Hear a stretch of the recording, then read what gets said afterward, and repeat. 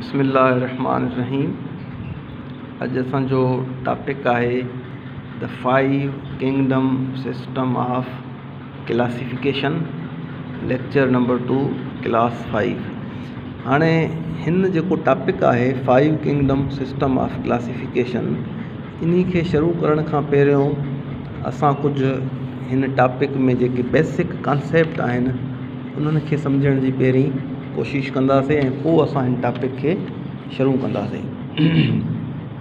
हाणे सभ खां पहिरियों असांखे हिन में हिते कुझु सेल जेको आहे, सेल खे यानी जीव घरड़ो खे असां थोरो सम्झण जी कोशिशि कयूं त सेल यानी कि जीव घरड़ो छा हूंदो आहे। त हाणे सेल असां अॻे बि पढ़ी आयासीं त सेल जेको आहे बेसिक यूनिट ऑफ क्लासिफिकेशन आहे, ज़िंदगी जो बुनियादी एको आहे। सभई जानदार ठहियल छा जा आहिनि, जीव घरड़े यानी सेल जा ठहियल आहिनि।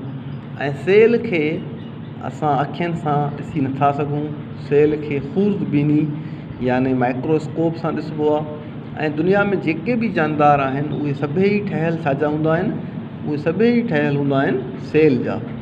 All organisms are made up of cells. ऐं सेल्स खे ॾिसिबो कीअं आहे, माइक्रोस्कोप सां।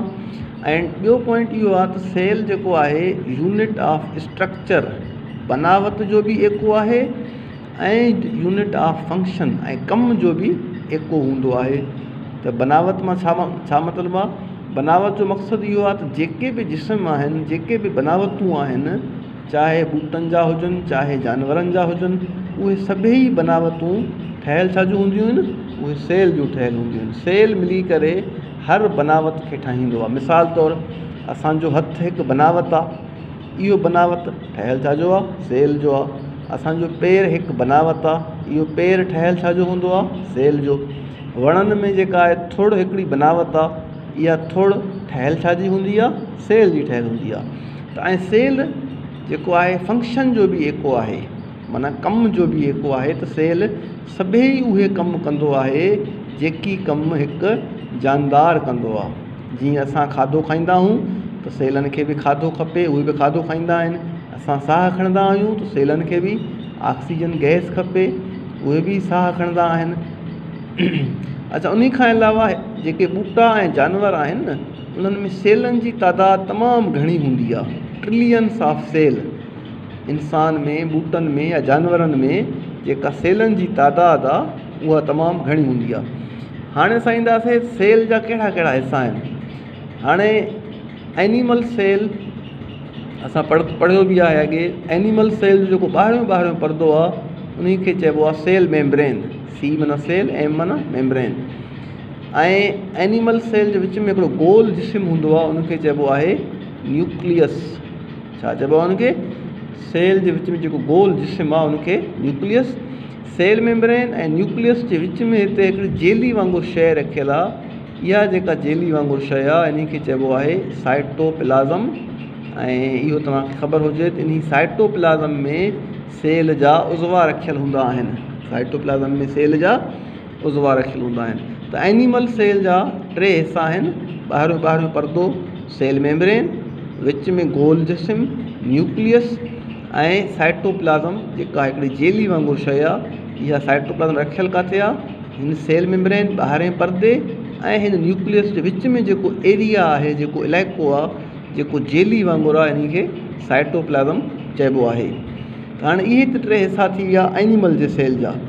प्लांट जे सेल में हिकु शइ इज़ाफ़ी हूंदी आहे जेका एनिमल जे सेल में न हूंदी आहे। उहा कहिड़ी आहे? Cell wall. सेल वाल यादि कयो, ॿूटनि जे सेल में इहो न हूंदो आहे। It is not found in animal cell. इहो एनिमल जे सेल में न हूंदो आहे। छा चइबो आहे? इन खे सेल वाल चइबो आहे। हाणे सेल वाल छा आहे? Outermost covering of plant cell. ॿूटनि जे सेल जो जेको ॿाहिरियों परदो आहे उहो सेल वाल आहे। ॿूटनि जे सेल जो ॿाहिरियों परदो कहिड़ो आहे? Cell wall. जानवरनि जे सेल जो या इंसान जे सेल जो ॿाहिरियों परदो कहिड़ो आहे? Cell membrane. ऐं सेल वाल ॿूटनि जे सेल जो ॿाहिरियों परदो आहे ऐं सेल वाल एनिमल जे सेल में न हूंदो आहे। Not found in animal cell. यादि कयो, सेल वाल ॿूटनि जे सेल में हूंदो आहे, एनिमल जे सेल में न हूंदो आहे। ऐं सेल वॉल आहे छा? ॿूटनि जे सेल जो आउटर मोस्ट कवरिंग, ॿाहिरियों ढकु हूंदो आहे। अच्छा, सेल मेम्ब्रेन जो पहिरियों नुक़्तो इहो आहे त सेल मेम्ब्रेन हर सेल खे हूंदो आहे। दुनिया में जेके बि जानदार आहिनि, चाहे उहे ॿूटा हुजनि, चाहे उहे जानवर हुजनि, इंसान हुजनि, जेको बि हुजे, त हर जानदार खे सेल मेम्ब्रेन लाज़मी हूंदो आहे। ऐं इंसान जे सेल में ऐं एनिमल जे सेल में cell membrane outermost covering आहे। इहो ॿाहिरियों परदो हूंदो आहे जानवरनि जे सेल में। ॿूटनि जे सेल में बि सेल मेम्ब्रेन हूंदो आहे, पर इहो नेक्स्ट टू सेल वॉल, माना सेल मेम्ब्रेन ॿूटनि जे सेल में ॿियो परदो आहे। ॿूटनि जे सेल में ॿाहिरियों परदो असां हाणे चई आयासीं, उहो सेल वॉल आहे। सेल वॉल खां पोइ जेको ॿिए नंबर ते रखियलु आहे, उहो परदो कहिड़ो आहे? Cell membrane. त सेल मेम्ब्रेन हर सेल में हूंदो आहे। एनिमल सेल में बि आहे, ॿूटनि जे सेल में बि आहे। सेल मेम्ब्रेन एनिमल जे सेल में ॿाहिरियों परदो आहे, ॿूटनि जे सेल में इहो ॿियो परदो आहे। ॿाहिरियों परदो ॿूटनि जे सेल में सेल वॉल आहे। सेल वॉल खां पोइ जेको परदो रखियलु आहे, उहो रखियलु आहे सेल मेम्ब्रेन। सेल वॉल ॿाहिरियों परदो आहे ॿूटनि जे सेल में, जेको सेल वॉल खां पोइ परदो रखियलु आहे, उहो सेल मेम्ब्रेन आहे। उन खां पोइ असां ईंदासीं साइटोप्लाज़म ते। हाणे साइटोप्लाज़म जेको आहे, जेली वांगुरु शइ आहे हिकु। साइटोप्लाज़म छा हूंदो आहे? हिकिड़ी जेली वांगुरु शइ आहे। असां हाणे ॻाल्हि करे आयासीं त इहो रखियलु किथे हूंदो आहे? सेल मेम्ब्रेन ऐं हिन न्यूक्लियस जे विच में जेको इलाइक़ो आहे, इन खे साइटोप्लाज़म चइबो आहे। ऐं इन साइटोप्लाज़म में सेल जा उज़वा रखियलु हूंदा आहिनि। सेल जा उज़वा रखियलु हूंदा आहिनि, जिन खे चइबो आहे आर्गनेल्स या आर्गनेलीज़। आर्गनेली बि चइबो आहे, आर्गनेल्स बि चइबो आहे। इहे जेको साइटोप्लाज़म में आहे, इन में सेल जा उज़वा आहिनि ऐं इहो जेली वांगुरु शइ आहे। हाणे ॾिसूं, पढ़ूं छा लिखियलु आहे हिते। साइटोप्लाज़म छा आहे? जेली लाइक मटीरियल आहे। जेली वांगुरु हिकिड़ो सामान आहे जेको present inside the cell membrane, जेको सेल मेम्ब्रेन जे अंदरियां रखियलु हूंदो आहे। साइटोप्लाज़म में टाइनी सेल स्ट्रक्चर्स आहिनि, माना साइटोप्लाज़म में टाइनी माना छा आहे? नंढो या तमामु सन्हा सेल जा उज़वा आहिनि। साइटोप्लाज़म में सेल जा उज़वा आहिनि जेकी तमामु नंढड़ा, तमामु सन्हड़ा, टाइनी आर्गनेल्स आहिनि। उन्हनि उज़वनि खे छा चइबो आहे? त उहे सेल जा आर्गनेल्स आहिनि, उहे सेल जा उज़वा आहिनि। त मिसाल छा आहे साईं उज़वनि जो? क्लोरोप्लास्ट हिकिड़ो उज़वो आहे जेको साइटोप्लाज़म में रखियलु आहे। वैक्यूल्स इहो बि उज़वो आहे जेको साइटोप्लाज़म में रखियलु आहे। हाणे असां क्लोरोप्लास्ट खे ॾिसूं। क्लोरोप्लास्ट यादि कयो, इहो कहिड़े सेल में हूंदो आहे? ॿूटनि जे सेल में। क्लोरोप्लास्ट एनिमल जे सेल में न हूंदो आहे। It is absent in animal cell. It is absent in animal जे सेल में क्लोरोप्लास्ट न हूंदो आहे, बल्कि कंहिंजे सेल में हूंदो आहे? प्लांट जे सेल में। अच्छा, क्लोरोप्लास्ट जे अंदरि हिकिड़ो साओ मादो आहे। It contains chlorophyll. क्लोरोप्लास्ट में अंदरि छा रखियलु हूंदो आहे? क्लोरोफिल। इहो साओ मादो आहे, इन जे करे ॿूटा रंग जा सावा हूंदा आहिनि ऐं इन क्लोरोफिल जे करे ई ॿूटा पंहिंजे खाधे खे पाण तयारु करे सघंदा आहिनि ऐं ॿूटा खाधे खे तयारु कंदा आहिनि। असां पढ़ी आयासीं फोटोसिंथेसिस जे ज़रिए। फोटोसिंथेसिस जे ज़रिए ॿूटा छा कंदा आहिनि? पंहिंजे खाधे खे पाण तयारु कंदा आहिनि।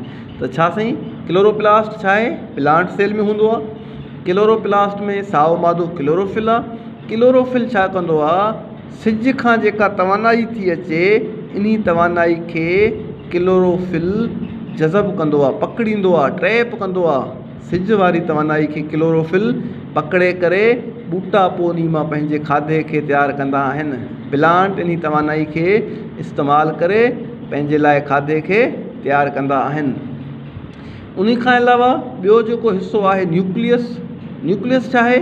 त न्यूक्लियस खे चवंदा आहियूं त हे सेल जो दिमाग़ु आहे। न्यूक्लियस खे चइबो आहे इहो सेल जो दिमाग़ु आहे। छो त सेल में जेके बि कमकार थियनि था, जेके बि एक्टिविटीज़, जेके बि सरगर्मी थियनि था, इन्हनि सभिनी सरगर्मियुनि खे ज़ाब्ते में पंहिंजे काबू में केरु रखियलु आहे?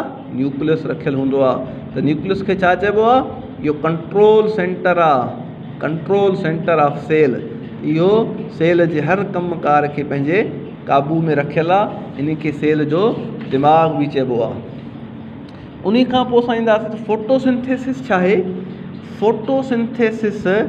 फोटोसिंथेसिस इहो ग्रीक वर्ड आहे, ग्रीक वर्ड खां वरितल आहे। त हिकु लफ़्ज़ आहे फोटो माना आहे लाइट, ॿियो वर्ड आहे सिंथेसिस जी माना आहे टू मेक।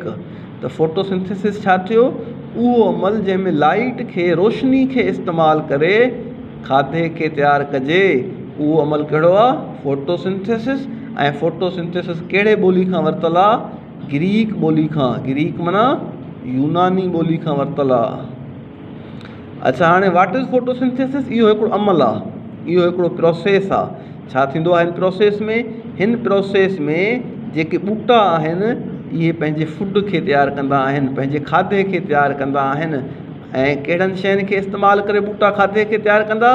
कार्बन डाइऑक्साइड खे इस्तेमालु कंदा ॿूटा, ॿियो पाणी खे इस्तेमालु कंदा। ऐं इन अमल जे थियण जे लाइ सिज जी रोशनी बि चाहे लाज़मी हुजे। ऐं खाधो तयारु कहिड़े हिसे में थींदो आहे, क्लोरोफिल में थींदो आहे। ऐं क्लोरोफिल असां हाणे पढ़ी आयासीं क्लोरोप्लास्ट में या साइटोप्लाज़म जो हिकिड़ो उज़वो आहे। त ॿुधायो मूंखे हाणे व्हाट इज़ फोटोसिंथेसिस? इहो हिकिड़ो अमल आहे। हिन अमल में छा थींदो आहे, ॿूटा पंहिंजे खाधे खे तयारु कंदा आहिनि। छा खे इस्तेमालु कंदा आहिनि? कार्बन डाइऑक्साइड खे। ॿियो छा खे? वाटर खे इस्तेमालु कंदा आहिनि। अच्छा, खाधे खे तयारु करण लाइ छाजो हुजणु लाज़मी आहे? सनलाइट बि हुजे। ऐं ॿियो इहो अमल थींदो किथे, खाधो तयारु किथे थींदो, उहो जॻह कहिड़ो आहे, क्लोरोफिल। त हाणे असां ईंदासीं ऑटोट्राफ। ऑटो लफ़्ज़ माना सेल्फ, ऑटो माना छा आहे, सेल्फ, पंहिंजो पाण। ट्रॉफ चइबो आहे खाधे खे। ऑटोट्राफ असां चवंदा आहियूं उहे जानदार जेके पंहिंजे खाधे खे पाण तयारु कनि, organisms that can make its food. उहे जानदार कहिड़ा आहिनि, ऑटोट्राफ। जीअं ॿूटा पंहिंजे खाधे खे पाण तयारु कंदा, अलजी पंहिंजे खाधे खे पाण तयारु कंदा, ऐं कुझु बैक्टीरिया बि पंहिंजे खाधे खे पाण तयारु कंदा आहिनि। उन खां पोइ हेटोट्राफ चइबो आहे जेके पंहिंजे खाधे खे पाण तयारु न करे सघनि, अहिड़ा जानदार that can not make their own food, जेके पंहिंजे खाधे खे पाण तयारु करे न सघनि, उहे हेटोट्राफ आहिनि।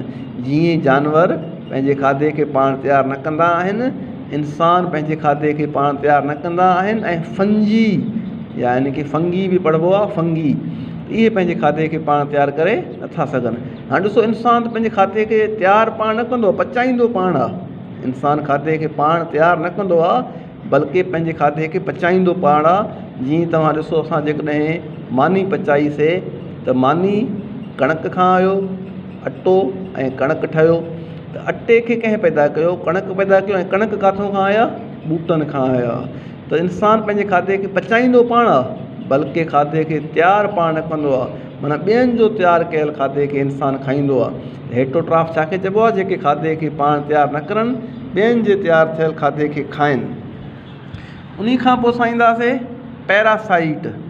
पैरासाइट छा आहे, अहिड़ा जानदार जेके ॿियनि जे जिस्मनि में रहनि, अहिड़ा जानदार जेके ॿियनि जे जिस्मनि में रहनि ऐं उन्हनि खां खाधे खे बि हासिलु कनि ऐं उन्हनि खे नुक़सान बि ॾियनि।